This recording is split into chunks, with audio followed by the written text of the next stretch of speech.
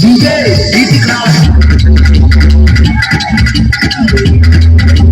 Mixed by Ritik Raj.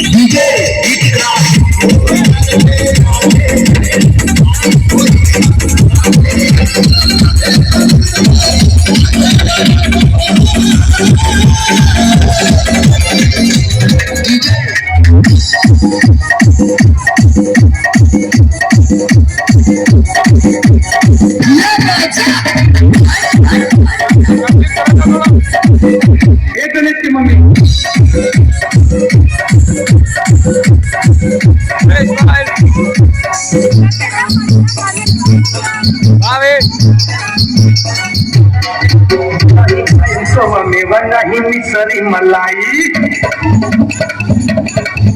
नहीं खाए तो मेवा नहीं मिसरी मलाई नहीं खाए तो मेवा नहीं मिसरी मलाई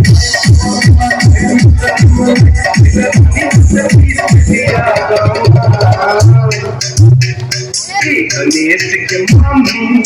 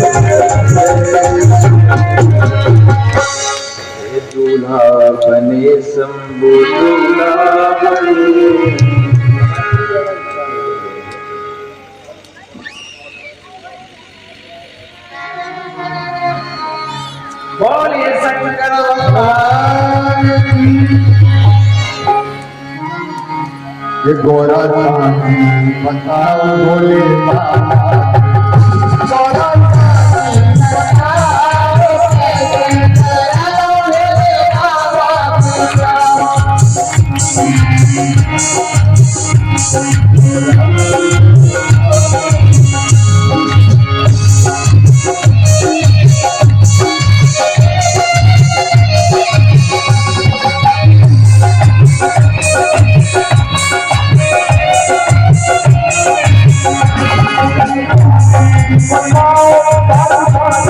बताओ भोले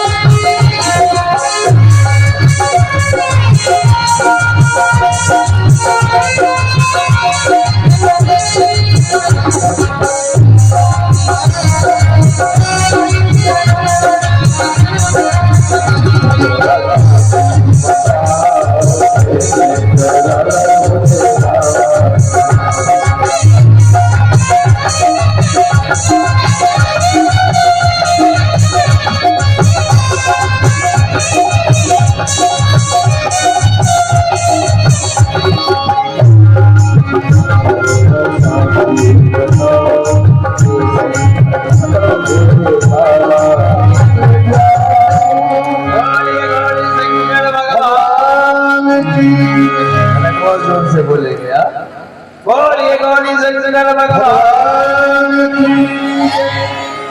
रे सुखदेव जी महाराज कहते हैं राजा परीक्षित और जैसे ही बारात पहुंची बड़ा स्वागत हुआ और फिर भगवान का थोड़ी मैंने आपको चिंता हुई है नारद जी से वो कहा है बाद में नारद जी ने आके समझाया फिर भगवान का वैदिक रीति के साथ महादेव का विवाह पार्वती के साथ हुआ है और फिर सच्ची श्रद्धा के रूप में पार्वती मैया को लेकर भगवान कैलाश पर्वत पे पहुंचे हैं बोलिए गौरी शंकर भगवान राजा परीक्षित वहीं के वहीं पहुंचे राजा परीक्षित नारद जी ने कहा बेटा मैं तुमको अपना शिष्य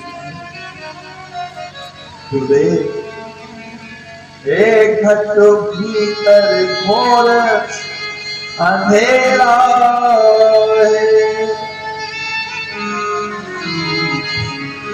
गुरुदेव को जाना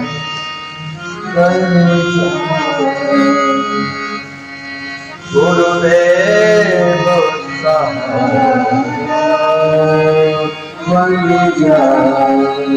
आप सागर मैया दो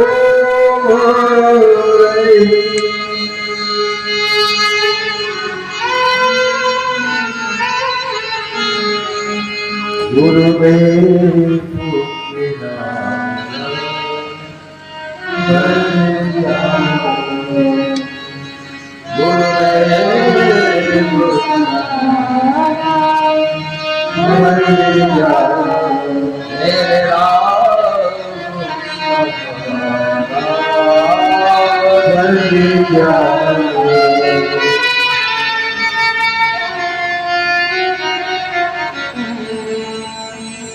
मिलेगा कोई दुर्ग चले थे तेरी राह पर मंजिल मिलेगी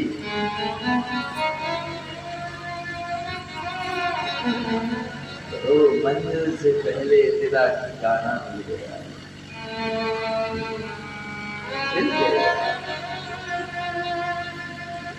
मंत्र दिया, दीक्षा दी, द्वादश अक्षर मंत्र दिया, तो सबसे बड़ा मंत्र है भागवत। ओम नमो भगवते वासुदेवाय मंत्रे सुदेवस्य पुरयात दस्मय बुधा। सुखदेव जी महाराज कहते हैं पारिक मंत्र इतना प्रभावशाली है कि जितना इसका जाप करोगे उतना जीवन में आनंद होता जाएगा। अगर 7 रात्रि में बैठकर इसका जाप किया जाए तो आकाश मंडल के सिद्ध आकर सिद्ध हो जाएंगे। ये मंत्र दिया और कहा बेटा बस एक चीज मेरी ध्यान रखना, अपनी लगन को मत छोड़ना। जब मैं आशीर्वाद देता हूं तुझे भगवान मिलेंगे। तीनों संध्याओं में वृंदावन में जाना, निधि बन में इसका जाप करना। वृंदावन पहुंचे, निधि बन पहुंचे, तीनों काल में इसका जाप किया जाए।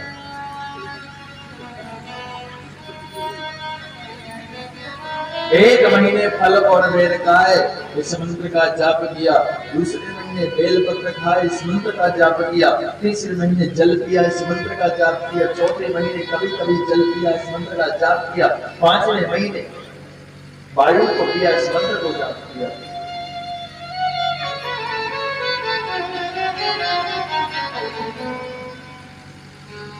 इसे कहते हैं व्रत, इसे कहते हैं साधना। इसे व्रत नहीं कहते तो हम सोचते नवरात्रि चल रही है कि एकादशी है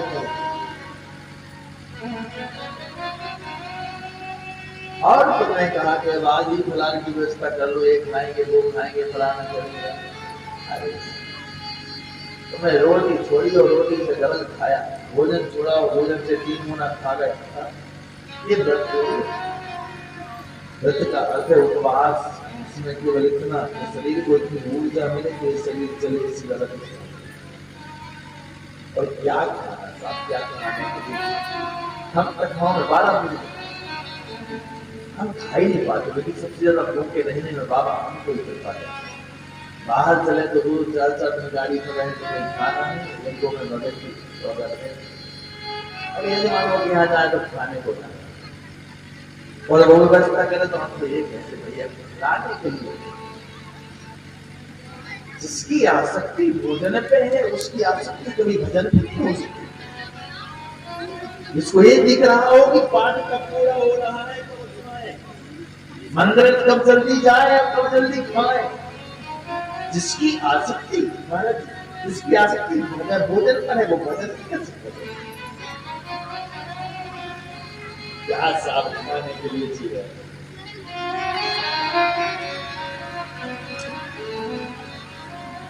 जिसका भोजन शुद्ध है उसका भजन शुद्ध है। याद रखना इस बात को, जिसका भोजन शुद्ध नहीं है उसका भजन शुद्ध नहीं है। शास्त्र कहता है अगर दुनिया की अटरम सटरम खाते हो, इधर उधर खाते हो कुछ भी और कहते हो हम तो बढ़िया भजन करें, कोई मतलब नहीं। तुम व्रत करो ना करो, उपवास करो ना करो, ये तो तुम्हारे शरीर को भी अच्छा रखेगा।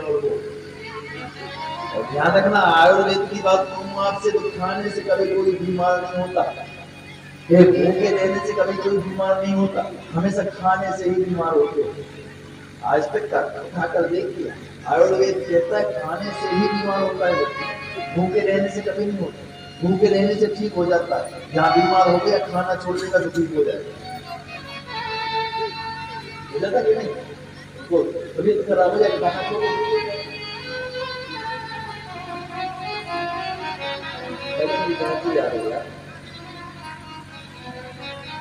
सबको भूखा रखने की बात नहीं कह रहे, सब खाना छोड़ रहे, इसलिए तुम्हें खुद ही अब खाना छुड़वाते हो। कभी भूखे रहने से मालिक जी, कभी भूखे रहने से बीमार नहीं होता है, अधिक भोजन करने से। ये शरीर है भाई, कचरे का डब्बा नहीं, खाइए। ये नहीं कि तुम्हें यहाँ की चाय नहीं आइटम भी खिलाने हैं, हमारा खराब हो। जिसको सुगंध में जिसके रहने से वही भोजन तो तमाम प्रकार के राम प्यारे राम हमें राम प्यारे हमें राम जिनको जो प्रिय हो संसार में पहुंचा दे जो हर बाबा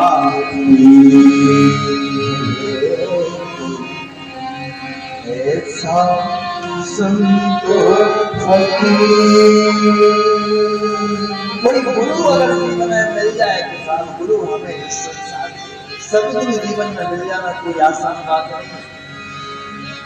संत कहते हैं शीश कटाएं गुरु मिले तो भी सस्ता जहां। अगर ये सिर काटने से भी अगर गुरुदेव मिल जाए कोई सदगुरु तो ये मानना कि हमको सस्ते मिले। गुरु कृपा करके सदगुरु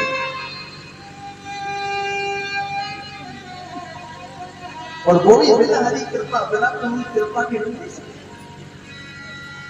तुम भले ही प्रयास करते हो, लोग तो बहुत कहते अरे पानी पियो छान करो गुरु बनाओ। गुरु को अगर आप छान गए तो गुरु के गुरु को आप ही बन गए। गुरु तो वो है जिसको जाना नहीं जा सकता। गुरु वो है सामने जीवन को, गुरु वो है जो ब्रह्म से मिला दे, गुरु वो है जो हमारा कल्याण करे।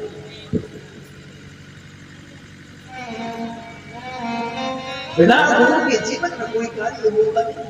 नारद जी रोज भगवान से मिलने जाते थे, एक दिन बीच में से लौटे, दोबारा से गए तो देखा जहां नारद जी बैठे थे उस जगह को धोया जा रहा है। नारद जी ने पूछा प्रभु मैं यहाँ बैठा था इसलिए स्नान नहीं धोया जा रहा, मेरा क्यों धोया जा रहा है? भगवान ने कहा नारद जी बुला के देख ले तो बताए, मुझे बताओ। बोले तुम्हारे जीवन में कोई गुरु नहीं और तुम अभिमानी हो, धर्म करने के अधिकारी नहीं हो, मंदिर में जाने के अधिकारी नहीं हो, पूजा करने के अधिकारी नहीं हो, जहां बैठोगे वहां शुद्ध रहोगे। उस जगह को मैं रोज नारद जी ने कहा एक बार कह नहीं सकते थे कि गुरु के पास चले जाओ, नहीं चलाना पड़ता। क्या कहा नारद उसका प्रेम करते हैं भक्तों से, बुरा न लग जाए इसलिए कहते हैं। अपने धर्म कहता है कि जहां तुमको ऐसा लगे कि हम समझदार हो रहे हैं, हमारे बच्चे वहां गुरु की माता पिता गुरु की शरण रहे। अब तुम सोचो हम तो पूरे कर्म कर लेंगे, जब पूरे हो जाएंगे तब राम नाम सुनेंगे, तब गुरु इसलिए नहीं ले रहे क्योंकि पाप कर लेंगे। अभी गुरु जी बन जाएंगे तो पूरे कर्म नहीं कर पाएंगे, तुम्हारा भला हो जाए। व्यक्ति स्वयं चाहता है कि मेरा बुरा हो तभी तुम्हारा बुरा होगा। कब होता है तुम्हारा बुरा? तुम स्वयं चाहते हो कि हम बुरे कर्म करें, हम बुराई करें, हम झूठ बोलें, हम धोखा करें, हम फ्रॉड करें। ये स्वयं चाहते हो, स्वयं सोचो कि हम ये ना करें तो कोई जबरदस्ती करवा तो नहीं सकता तुमसे। जो भी पाप कर रहे हैं, जो बुरे कर्म कर रहे हैं, भगवान कहता किसी तुम जानबूझ के कर रहे हो ना, तुमको पता है इसका फल तुम्हें बुरा मिलेगा, फिर भी तुम बुरे काटना। एक सही समय के साथ गुरु जीवन में मिल जाए तो भगवान की कृपा। गुरु के बिना हमारे कार्य नहीं होते और गुरु शिष्य का बड़ा अद्भुत संबंध होता है। ज्यादा तो नहीं, कथा प्रसंग बहुत है, लेकिन गुरु महिमा बताते रहे कभी कभी। देखो गुरु शिष्य कैसा होना चाहिए, बस इस बात को जानिए।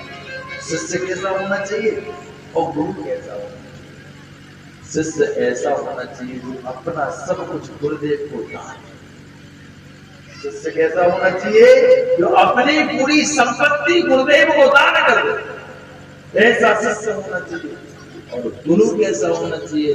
ऐसा गुरु होना चाहिए कि सब कुछ दान करने के बाद भी गुरु कहे कुछ नहीं चाहिए सब। शिष्य सब कुछ ले और गुरु कुछ ना ले, इसको गुरु तुम सोचोगे लोग ही गुरु और लालची चीजें बोले सोच रहे हो चलो शिष्य के पास तो बहुत मिल जाएगा, और शिष्य सोच रहे होंगे गुरु जी ना आए तो ठीक रखना।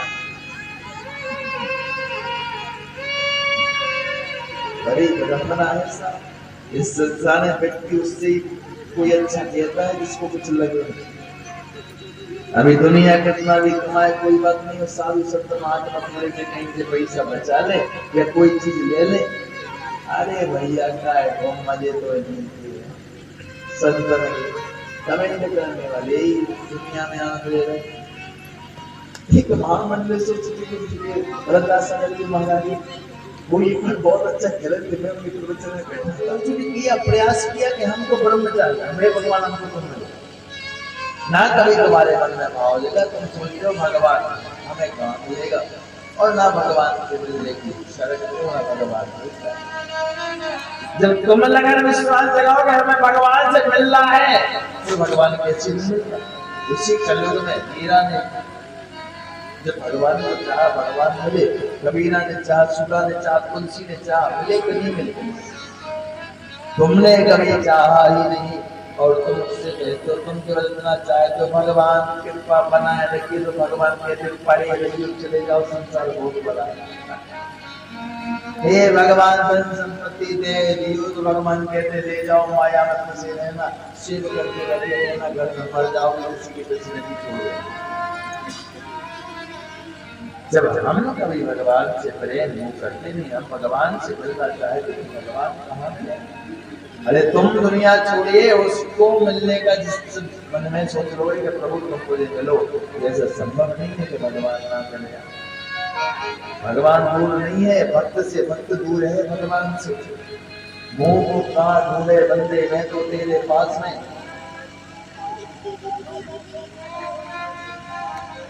तुम दूर हो इतने, इसमें लिखा है कि नजर नहीं आते और पास हो की दिल में नहीं बैठे। ये कथा इस बात की पुष्टि करती है कि भगवान से मिलने का विश्वास अगर पड़ता है तो भगवान दूर है। उत्तराखंड राजा की दो रानियां थी, सुनीति और सुरुचि। सुनीति बड़ी थी, सुरुचि छोटी थी। राजा पारीक्षल सुनीति कम सुंदर थी, सुरुचि ज्यादा सुंदर थी। सुरुचि से ज्यादा प्रेम राजा करते थे, सुनीति से कम करते थे। जो ज्यादा सुंदर होता है उसकी ज्यादा उपासक हो, सुंदरता को ज्यादा पसंद करते हैं ऊपर की। लेकिन याद रखना तन की सुंदरता से कोई सुंदर नहीं होता, सुंदरता मन की चाहिए। आप देखिए जब स्वप्न का भगवान के पास पहुंची तो इतनी सुंदर थी कि काम देखी लज्जत हो रहे, लेकिन भगवान ने तरीके से देखा भी नहीं ना, कोई याद हो दिया क्योंकि अंदर से सुंदर नहीं थी। और सबरी को जाकर देखिए एक भी मुंह में दांत नहीं था, भूखी थी। फिर भगवान ने कहा भावनी, भावनी का अर्थ जानते हो? भावनी का अर्थ है अति सुंदरी। भगवान धन की सुंदरता नहीं देखता। तुम जब भी मंदिर जाओ उसके सामने जाओ और मन से सुंदर हो तो तुम्हें देखेगा भगवान। नहीं तो भगवान के आंखों में एक्सरे वाली मशीन लगी। एक्सरे की मशीन को जानते वो क्या करती है? ऊपर का पोज लेती है, अंदर का आता है, ऊपर का नहीं आता। ऐसे ही भगवान तो तुम्हारे मन को देखता है तो तुम्हारा मन देखता है। ये सुनीति थोड़ी सी कम सुंदर है, सुनीति ज्यादा है, सुनीति से ज्यादा प्रेम करते हैं। अभी तुम भी बैठे हो, दो बच्चे आपस में लड़ रहे हो, एक बहुत सुंदर हो एक बहुत वैसा हो, तुम भी वैसे को डांट दोगे, सुंदर से कहोगे नहीं बेटा डांटते नहीं। तुम्हारी वाणी में भी अंतर होगा। कब होगा? जब क्योंकि लेकिन याद रखना सुंदरता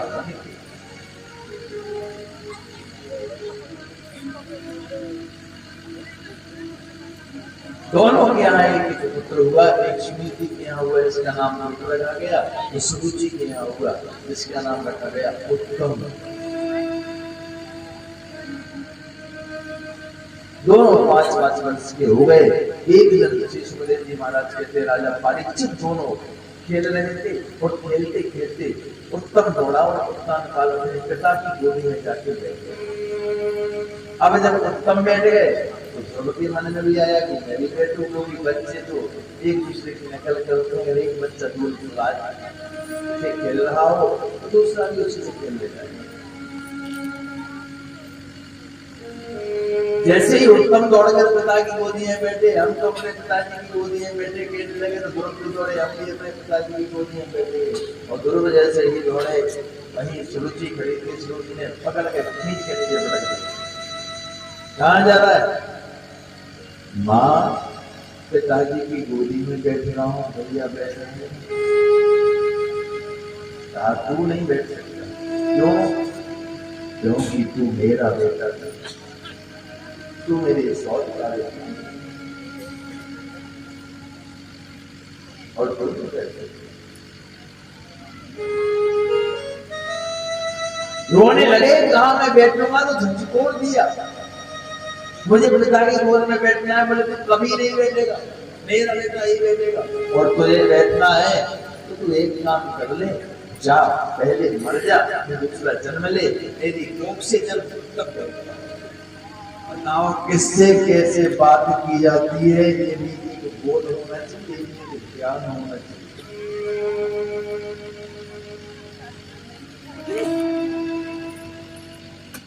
किसको बेवकूफ बना रहे हो तो खुद बेवकूफ बन रहे हो। बोला तो वरदान तो मुझे, मैं जन्म में मरूं, मैं रात में मरूं, ना आगे ना पीछे, ना ऊपर ना नीचे, ना साल ना महीना, ना मानव ना जानवर, ना अस्त्र ना शत्रु से नहीं मरूंगा। ब्रह्मा जी बोले वाह शाबाश, क्या परिभाषा लिखी है।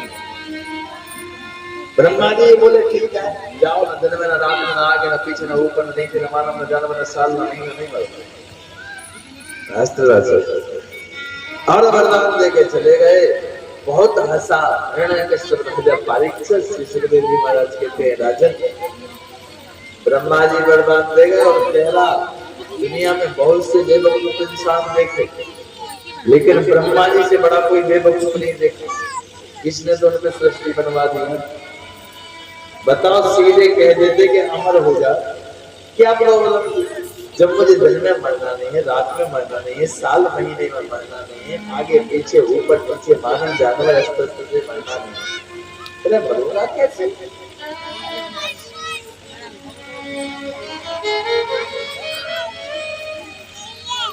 बस अपना साम्राज्य फैला दिया।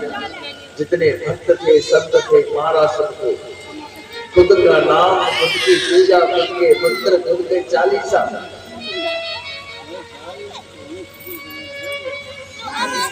खुद का सब कुछ। लोग भूल गए, इन्हीं की पूजा, इन्हीं की पूजा होने लगी, इन्हीं की सेवा होने लगी। भाई अब बड़े बड़े लोग करेंगे तो छोटे लोग अपने आप करेंगे। घर में ऐसी चीज है कि आने वाले बच्चे तो उस समय भूले गए कि नारायण भगवान, क्योंकि घर में यदि करते चलोगे तो आने वाले बच्चे करते चलेंगे। तुम सोचोगे हम धर्म करना छोड़ दें तो बच्चे क्या समझेंगे कि धर्म क्या।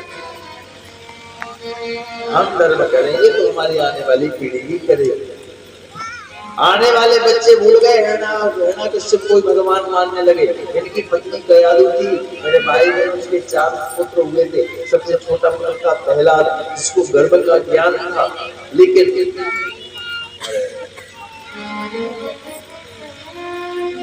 गर्भ का ज्ञान था, लेकिन जब तक ज्ञान सबके अंदर होता है, जब तक कोई गुरु, कोई सदगुरु तुम्हारे ज्ञान को नहीं जगाता है, तब तक तुम अंधेरे में बैठे रहते। जानते हो गुरु कौन है? गुरु का कुछ नहीं होता।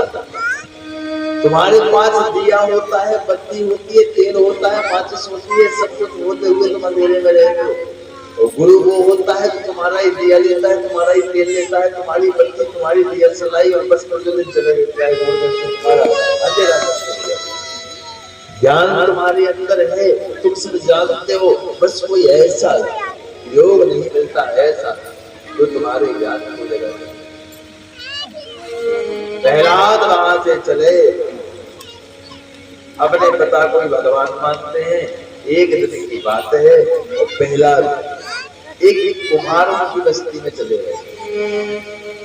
ये प्रजापति होते हैं ना, कुम्हार जो मटके बनाते हैं मिट्टी के बर्तन, इनका मोहल्ला था और वहां चले गए। ये भागवत चूंकि प्रहलाद को ज्ञान कहाँ से हुआ, ये भागवत से अलग है इतनी। और वहां गए तो एक बूढ़ी अम्मा रो रही थी। और रो रो कर भगवान को बुला रही थी नारायण। प्रहलाद ने पास में जाकर पूछा कि अम्मा तुम क्यों रो रही है? उसने कहा बेटा तू तो खेल अपना, काम कर, तुझे क्या करना? नहीं बोले बता, मेरा पिता भगवान है, संसार में रो रही हो यहाँ बैठी रहती? अरे मेरे पिता के पास चली जाओ, वो भगवान है, वो तुम्हारे सारे दुख को दूर कर देंगे। उसने कहा देखो मुझे डिस्टर्ब मत करिए, तुम अपना काम करिए। वो जाना जिंदगी राजा का बेटा है और हिरण्याकश्यप जैसा राजा जो भगवान मान रहा है अपने आप।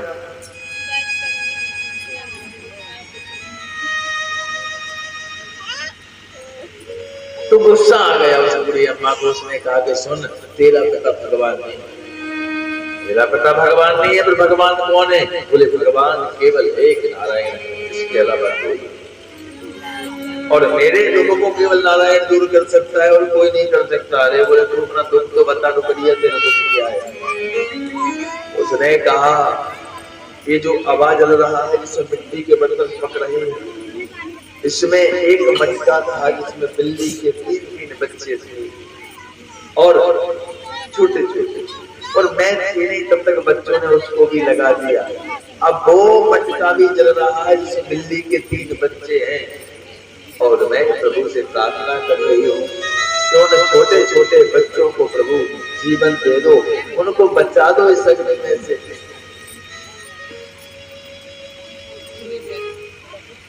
अब छोटे हैं, उनकी माँ जो बिल्ली है अपने बच्चों को ढूंढती चल रही है। मैं उनसे दुखी हो रही हूँ कि बताओ कैसा पकड़, जाने माने 3 बच्चे इसमें जल रहे हैं, कैसे बचा? पूरा एक साथ जल रहा है। पहला हंसने लगे, बोले तू पगले आएगी, हो गई। बोले अग्नि में जलने से कोई बच सकता है? बोले तुम तो कह रहे हो कि तुम्हारा पिता भगवान है, वो बचा लेगा। बोले मेरा पिता क्या संसार में कोई नहीं बचा सकता? बताओ मेरे भाई बहन, आप बताओ अग्नि में जलने से कोई बचेगा कि नहीं बचेगा? कोई चीज तुम अग्नि में फेंको जल जाएगी कि बच जाएगी? जल जाएगी ना, ना अग्नि उसको जला सकती है, ना पानी उसको गला सकता है, ना हवा उसको उड़ा सकती है। जिस पर बाबा तेरी कृपा होती है, न शत्रु उसको पराजित कर सकते हैं, न दुश्मन उसको मार सकता है, न प्रकृति उसका बुरा कर सकती है। जिस पर जाको राके साइया मार सके न कोई, बाल न पाको कर सके, पूरा जग बैरी हो जाए और अकेला खड़ा रहे। मैं तुमसे यही कहता हूँ, धर्म मत छोड़ना, ईश्वर का भरोसा रखना। सारी शस्त्रत लग जाए, पूरे शत्रु इकट्ठे हो जाए, फिर भी तुम्हारा कुछ बिगाड़ नहीं पाएंगे। सारे दुश्मन इकट्ठे हो जाए, सारे लोग इकट्ठे हो जाए, पूरे शत्रु पक्ष मजबूत हो जाए, केवल तुम अकेले बने रहना। बस अपना धर्म मत छोड़ना, अपना कार्य अच्छा मत करना मत छोड़ना, परमार्थ करना मत छोड़ना, उस बाबा का भरोसा मत छोड़ना।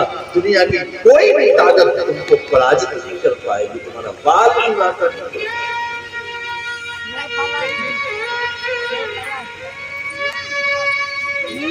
अग्नि शांत हुई, प्रहलाद बोले मैं बैठा हूँ देखता हूँ कैसे बिल्ली के बच्चे बचते हैं। अग्नि शांत हुई, राजा परीक्षित सारे मटके निकाले जल्दी जल्दी, सब मटके पक गए, टनाटन हो गए।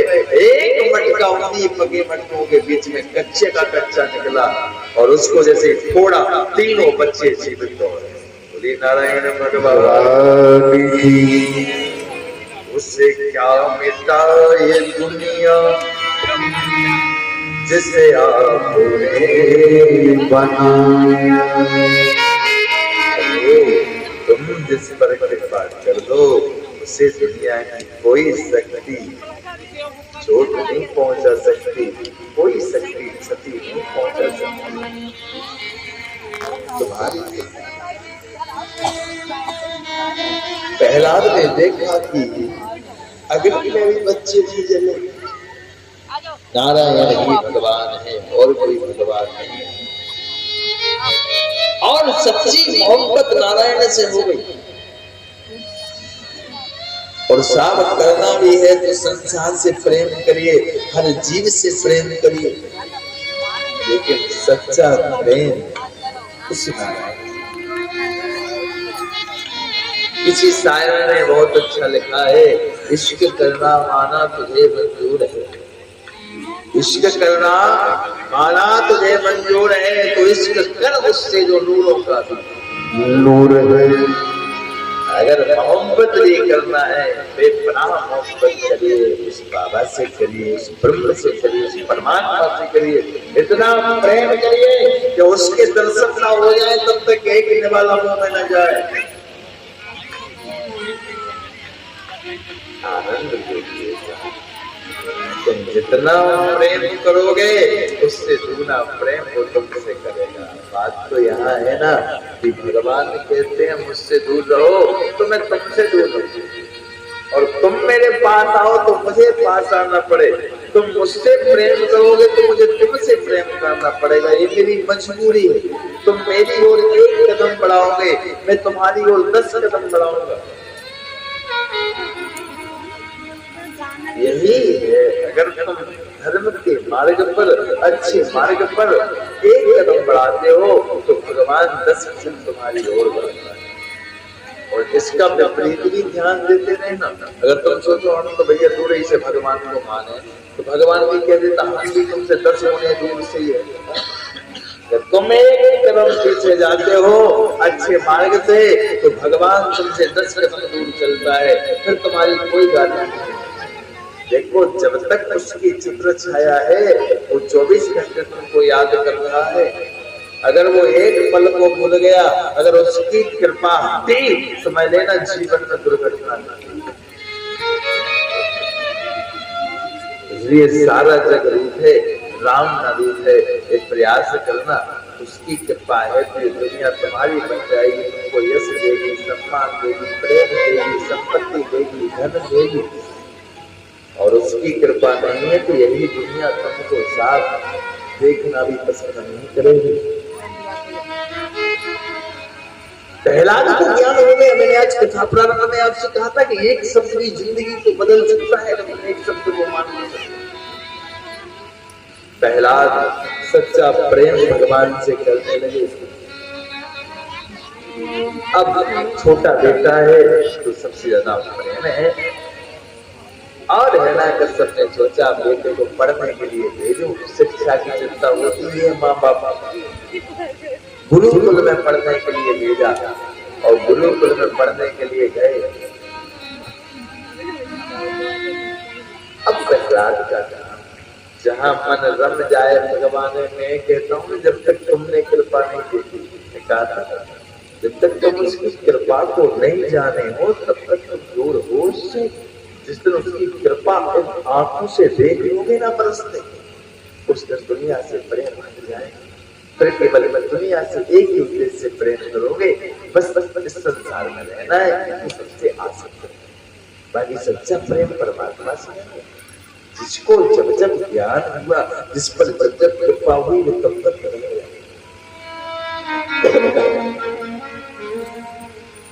देखा प्रहलाद ने भगवान को प्रत्यक्ष के साथ, उससे बड़ा कौन हो सकता है जो मौत से भी बचा ले। पढ़े लिखे जितना समय मिल जाए सारे मित्रों को बिठा लें गुरुकुल में, और सारे मित्रों से कहें कि भैया थोड़ा कीर्तन कर लें अपन भगवान का, और कीर्तन करने लगे। 2-4 महीने हुए तो सोचा कि अब हिरणा कश्यप ने कि आज पूछूं जरा ये कि आप कुछ शिक्षा सीखे कि नहीं सीखे पढ़ना। माँ बाप नहीं पूछ लेते कभी कभी, जरा देखे क्या लिख रहा है क्या नहीं लिख रहा। बच्चों पे दिया, उठाया गोदी में उठाकर खिलाया, चुम्बन किया, प्रेम किया, दुलार किया। छोटा बेटा है और कहा बेटा ये तो बताओ तुम क्या पढ़ना सीख गए। प्रहलाद ने कहा पिताजी मैं बहुत कुछ सीख गया। क्या सीख गए? बोले तत् साधु मन्ने आसुर बरे दे नाम सदा समृद्धि सुदग्रह आत्म ग्रह मंद कोपम वनम ततो यादारी। ये मैं और मेरे झूठे आग्रह में मत पड़िए पिताजी। ये मैं करना हम प्राणियों के लिए ठीक नहीं होता। जो इस मैं में उद्विग्न रहते हैं कि मैं ऐसा कर लेता हूँ, मैं ऐसा कर लेता हूँ, मैंने वो कर लिया, मैंने वो कर लिया, ये अपने आप को ठीक नहीं है समझना। एक अभिमान का कारण है, वो अभिमान कारण बन जाता है पतन। इसलिए अभी कुछ नहीं बिगड़ा पिताजी, मैं सब छोड़कर अभिमान को त्यागिए, उस नारायण को कहिए। अरे क्या कह रहा है, क्या सीखा तू पढ़ना, ये पढ़ना सीखा है? बोले पिताजी बहुत कुछ सीखा। बोले क्या? बोले गोविंद जय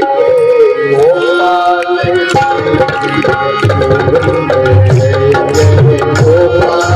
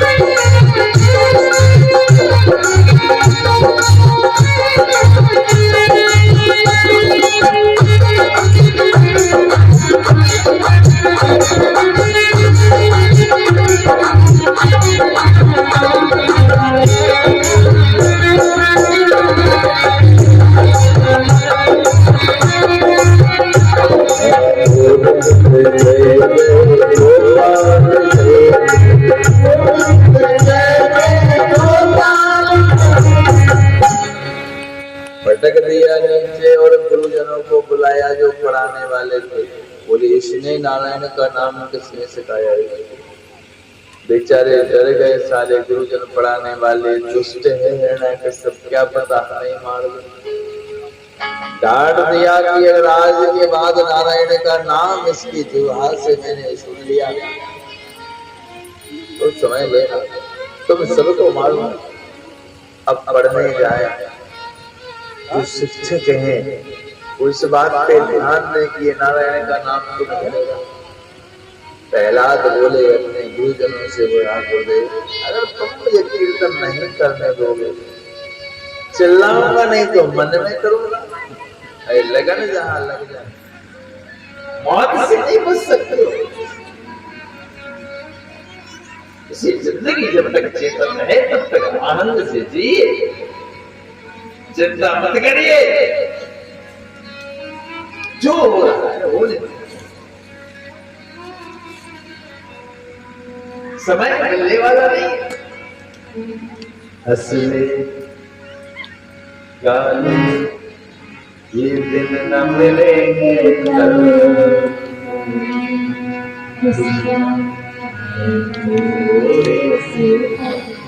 हंसले गाले ये दिन न मिलेंगे कल,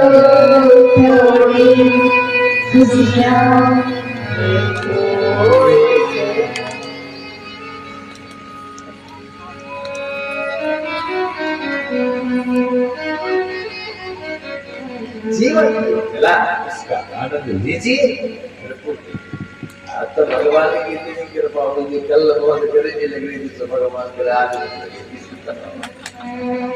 और मौत ही बोल सकते हैं। सोना काम आएगा न चांदी आएगी, बेच करे कपड़े तुम्हारे सूट के अलमारी में रखे रह जाए। विधान है ये सोना न सोना काम आएगा न चांदी आएगी, सज धज के जब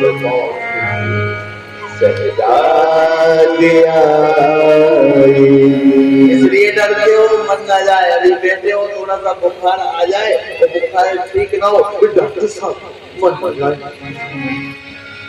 ये तो ना हो जाए नहीं पड़ता। मौत जब तुमको आवाज देगी घर से बाहर निकलना पड़ेगा। तुमको आवाज देगी घर से बाहर निकलना पड़ेगा। मौत जब तुमको आवाज देगी घर से बाहर निकलना पड़ेगा।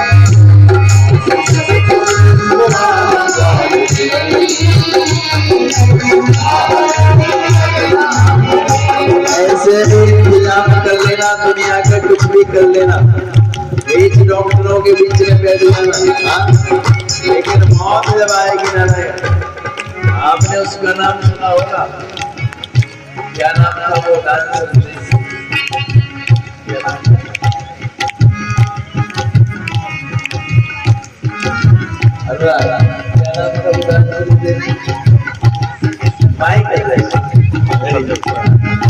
माइकल जैक्सन, उसने 10 डॉक्टरों की टीम लगा के चला था और उसने ये हर चीज चेक होके खाता था। अगर यहाँ दर्द हुआ तो पूरा चेकअप, यहाँ पूरी तरह से हर चीज समय पे खाना, अपने उसका ध्यान रखो। और उसकी वो था कि मैं 200 वर्ष जीऊंगा, और जिस दिन उसको मरा उसको अटैक हुआ, मुझे डॉक्टरों के बीच में चला गया। मौत जब तुमको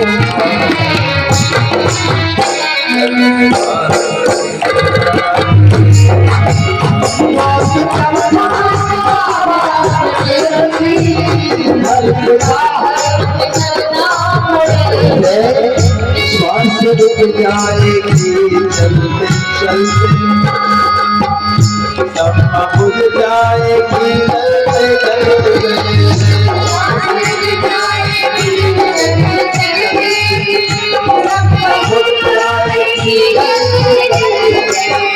श्वास रुक जाएगी चलते चलते, तब बुझ जाएगी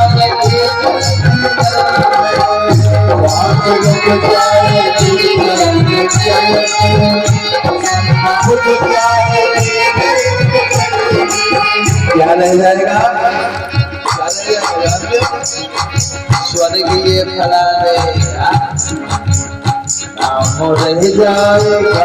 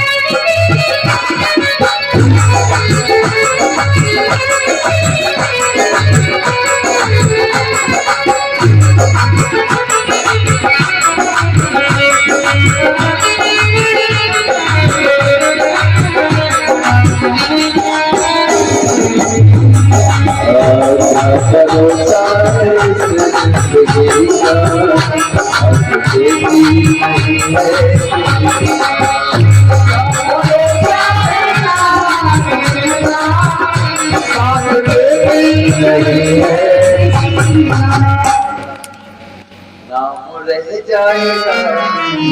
अरे भैया फलाने व्यक्ति बहुत अच्छे थे,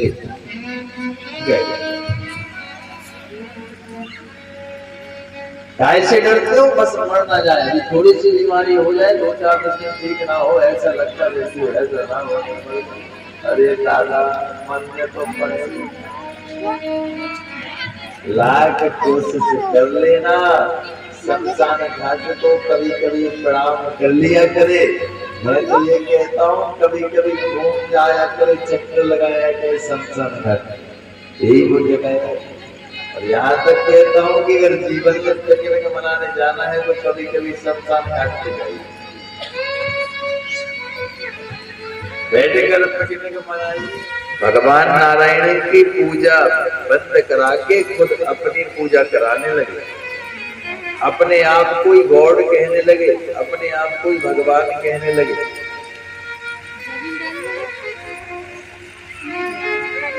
ऐसे से लोग हुए।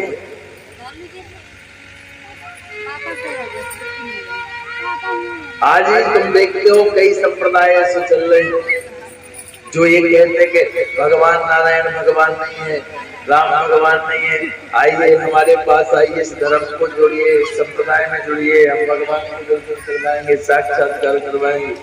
मैं केवल एक बात कहूँ, ऐसे हिरण्याकश्यप कई युगों युगांतर पहले जन्म ले चुके और नारायण का कुछ नहीं बिगड़ा। इसलिए फालतू चक्कर में मत पड़ना, किसी धर्म के चक्कर में मत पड़ना, क्योंकि धर्म परिवर्तन करता है केवल हिंदू और कोई नहीं करता। तुमने कभी नहीं देखा होगा कोई मुसलमान अपने धर्म को छोड़ के दूसरे को पहुंचे, देखा कभी? कभी किसी जैन को नहीं, किसी बौद्ध को नहीं, किसी उसको नहीं, किसी अंग्रेज को नहीं, किसी ईसाई को नहीं, केवल हिंदू है जो चाहे कभी ऐसा टीका लगा लेगा, कभी ऐसा लगा लेगा, कभी किसी की टोपी पहन लेगा, कभी किसी की टोपी पहन लेगा। किसी के चक्कर में मत पड़ना। साहब एकमात्र सनातन धर्म है जो सबसे श्रेष्ठ है।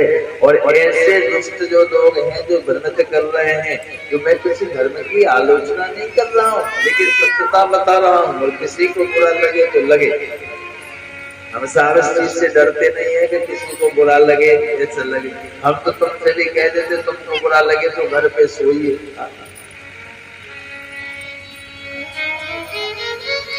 भाई और ज्यादा बुरा लगेगा क्या कर लोगे? जो सत्य है तो सत्य तो बताना पड़ेगा। तुम अपनी मर्जी से जो कर रहे हो वो कर ही रहे हो, पागल नहीं हो जो दुनिया चला रहा है।